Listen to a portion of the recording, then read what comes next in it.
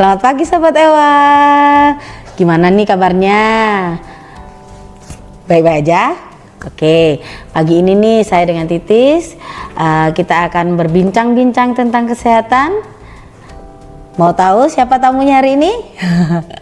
Tamunya hari ini sangat tamu yang luar biasa. Kita perkenalkan Dr. Ingrid Melinda, spesialis kedokteran fisik dan rehabilitasi. Selamat pagi dokter. Pagi-pagi. Oke dok, gimana kabarnya hari ini dok? Baik. Baik. Oke, pagi ini nih kita sebenarnya teman-teman Ewa banyak yang request, ayo dong dengan kita bidang kesehatan yang dokter-dokter yang lainnya gitu. Makanya pagi ini kita akan datang tamu yang luar biasa ya. Tentang kita bahasnya tentang rehabilitasi medik. Kita tuh sering dengar kan ya dokter ya, rehabilitasi medik itu apa sih gitu kan. Kadang-kadang kita kalau jalan-jalan di rumah sakit itu pasti ada ruang rehabilitasi medik. Sebenarnya ruang rehabilitasi medik itu apa ya? Oke, jadi secara keseluruhan dulu ya. Jadi secara umum kedokteran fisik dan rehabilitasi medik atau yang sering disebut dengan rehabilitasi medik itu adalah salah satu bidang di kedokteran ya. Jadi kita ini menangani gangguan pada fungsi tubuh dan biasanya tuh gangguan fungsi tubuhnya itu dikarenakan adanya cedera atau penyakit atau kondisi-kondisi tertentu. Dan sebenarnya kami sebagai dokter spesialis kedokteran fisik dan rehabilitasi, kami ini fokusnya itu bukan hanya menyembuhkan penyakit, tapi juga mengembalikan fungsi tubuh agar pasien itu bisa kembali mandiri dan aktif.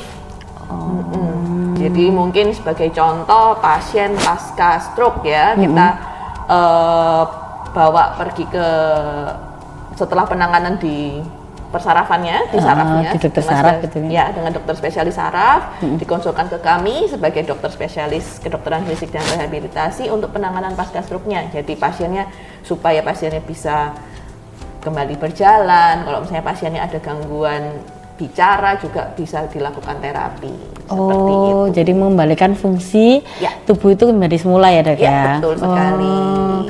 Tapi kalau kita dengar fisioterapi, apakah sama ya dok antara rehabilitasi medik dengan fisioterapi itu? Oke, kalau misalnya untuk fisioterapi sendiri, sebenarnya fisioterapi itu adalah tim dari kedokteran fisik dan rehabilitasi itu. Jadi sebenarnya kita tuh bekerjanya itu nggak cuman saya sendiri sebagai dokter spesialis, tapi juga kita tuh punya tim. Dan nggak cuman fisioterapi aja sebenarnya, ada terapi bicara, ada terapi okupasi, juga ada terapi yang orang-orang yang bekerjanya di bidang ortotik dan prostetik. Jadi yang kaki palsu dan itu semuanya itu kita tuh dalam satu tim.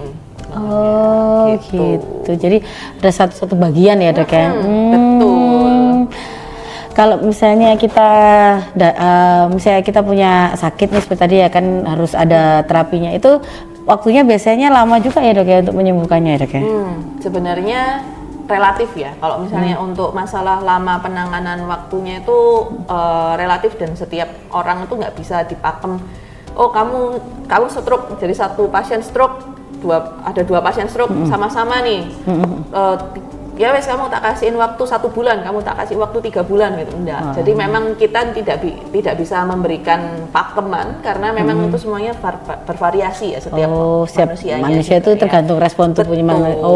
Gitu. Nah, berarti ini kondisi apa aja sih dok yang bisa di fisioterapi, penyakit yang seperti apa gitu ya? Oke, sebenarnya luas banget sih ya. Luas banget ya. Cuman memang beberapa contoh yang paling sering, stroke, pasca stroke dan semuanya itu. Terus selain itu kalau misalnya pasien dengan gangguan nyerinya ini yang terutama paling sering ya nyeri tulang belakang, nyeri punggung. Gitu ya dok ya. Kalau misalnya bahasa kerennya boyoan. Terus, ya dok. Terus habis gitu juga pasien kalau misalnya nyeri di lutut. Kalau yang ini bahasa yang benar-benar kerennya yang osteoartritis itu loh. Terus sebenarnya juga ada pasien-pasien dengan cedera olahraga, habisnya mainan tenis apa tuh cedera di sininya, atau atlet-atlet itu juga sebenarnya bisa pergi ke kami. Gitu, ke rehabilitasi medik ya dok.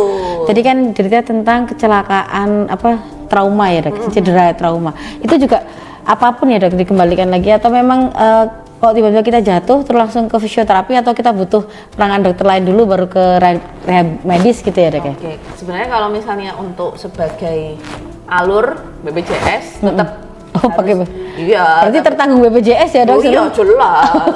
Jangan khawatir kita tertanggung BPJS. Cuman memang kalau misalnya sesuai alur sih memang biasanya lewat dokter yang penanggung jawab dulu. Jadi misalnya kayak dokter ortopedi atau dokter penyakit saraf. Cuman untuk secara keseluruhan sebenarnya kita pun karena kita kembali lagi kita sebagai dokter spesialis ya, maksudnya kita sudah punya keilmuan untuk bisa menangani itu dari awal juga.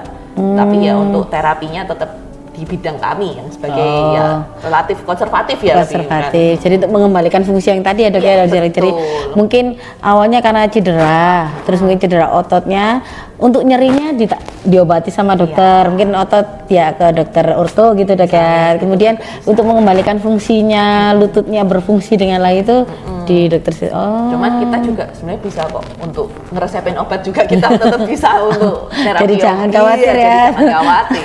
Tetap nanti kalau misalnya ada tadi ya kita ulang lagi dok ya, stroke, terus mungkin cedera, habis jatuh, boyoken, terus lututnya yang mungkin kalau biasanya berarti lansia ya dokter ya kalau ke sana ya. Tapi jangan salah. Oh enggak salah. Pediatri juga yang anak-anak tuh juga bisa ke kami. Kalau kasus-kasus pediatri yang seperti apa dokter? Kalau misalnya yang pediatri yang anak-anak itu terutama gangguan ini ya apa namanya keterlambatan dari geraknya, keterlambatan milestone-nya itu. Jadi kalau misalnya mungkin anak-anak yang kayak belum bisa jalan, nah itu juga itu harus bisa. Jadi sangat luas ya dokter ya, tidak selalu lansia. Jadi mungkin pada anak-anak yang keterlambatan dalam proses perkembangannya bisa dikonsulkan ke fisioterapi ke rehab medis ya dokter ya. Wah luar biasa. Kalau kayak gitu juga tanggung BPJS juga dokter ya? Oh iya. Oh mantap. Jadi kalau kita ini ya, tadi kan teman-teman sudah tahu ya tahapan rehabilitasi. Kok teman-teman ada kendala mungkin lututnya nyeri atau yang boyoken ataupun punya anak-anak yang memang ada keterlambatan baik keterlambatan dalam proses perkembangan secara fisik ataupun mungkin speed delay gitu juga bisa. Nah itu jangan ragu-ragu buat konsultasi ke dokter terdekat, kemudian kalau itu bisa dijawab ke dokter KFR gitu ya dokter ya. Ya. Oke dokter, ini kalau misalnya kita kan ke rehab medis itu kan dengan keluhan yang tadi ya dok ya. Misal nih kalau cuman bedanya apa sih dok, harus kapan kita ke KFR atau kita cuman ini kayaknya cuman ini aja butuh obat aja, itu bagaimana dok bedanya? Atau harus memang konsultasi ke dokter dulu baru ini, atau langsung aja gitu kan? Mungkin teman-teman semua kan ada yang mengeluhkan mungkin nyeri boy, saya langsung aja ke fisioterapi, ke rehab medis gitu, bisa ya dokter? Bisa, tetap bisa. Tetap bisa. Memang kita semuanya kan tetap kita pilah-pilah, bukan pilah-pilah ya, lebih ke arah kayak kita diagnosa dari awal, kita memeriksa secara keseluruhan, lalu kita diagnosa, lalu kita bisa melakukan langkah selanjutnya bagaimana, apakah memang perlu di terapi, jadi terapinya yang macam-macam, jadi yang tadi saya nggak cuman fisioterapi aja ya, jadi ya pengobatan atau hanya perlu obat atau tetap harus ada terapinya, jadi dari latihan atau perlu modalitas ya seperti kayak digetar atau dipanasi gitu ya, itu nanti semuanya yang menentukan dari kami. Gitu ya dok. Wah seru ya pembicaraan pagi ini ya dokter ya.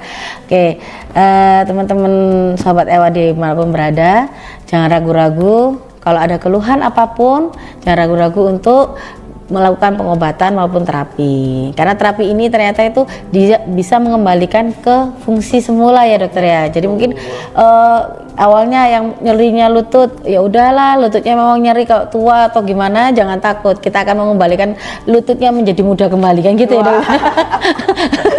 Bisa nggak ya dok ya? Ya itu ya nanti kita lihat.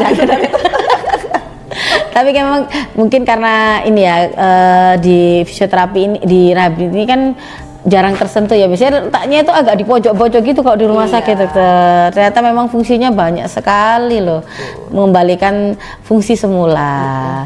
Jadi teman-teman tetap bisa beraktivitas kembali, sehat kembali, menjadi ini yang dulunya lututnya jalannya sakit-sakit jadi nggak sakit lagi gitu. Semangat. Oke. Pesan-pesan nih dokter, mungkin ada pesan buat teman-teman sobat Ewa dimanapun berada. Kapan nih kalau ada keluhan apa atau apa, ayo segera berobat gitu. Mungkin ada pesan-pesan monggo dokter. Oke, jadi kalau kapanpun ada gangguan fungsi, jadi ketika ada rasa nyeri atau apapun itulah yang mengganggu aktivitas sehari-hari, sebaiknya memang segera dikonsulkan, segera diperiksa secara lebih detail supaya penanganannya akan jauh lebih cepat dan jauh lebih mudah untuk penyembuhan ke depannya. Jadi jangan ditunggu-tunggu, jangan ditahan-tahan, memang harus dicek dengan baik. Oke, Sobat Ewa, tadi udah jelaskan ya tentang apa aja. Nah, kali ini nih jadwalnya dokter, kapan aja nih dokter Ingrid Merlinda ada di Rumah Sakit Mariner Ewa Pangalila? Oke, untuk jadwalnya setiap hari itu ada, jadi jangan khawatir jangan ragu-ragu untuk tetap berkonsultasi pergi ke Rumah Sakit Ewa Pangalila, dan itu jadwalnya Senin sampai Jumat, kalau saya dari jam 11 sampai jam 1. Oke, wah, terima kasih ya dokter. Teman-teman Ewa catat ya, dari Senin sampai Jumat jam 11 sampai jam 1. Silakan berkunjung ke rehab medis Rumah Sakit Mariner Ewa Pangalila. Oke dok, terima kasih banyak dok ya sharingnya pagi ini, seru banget kita ngobrolnya. Nanti ini juga menambah wawasan bagi Sobat Ewa semua di rumah.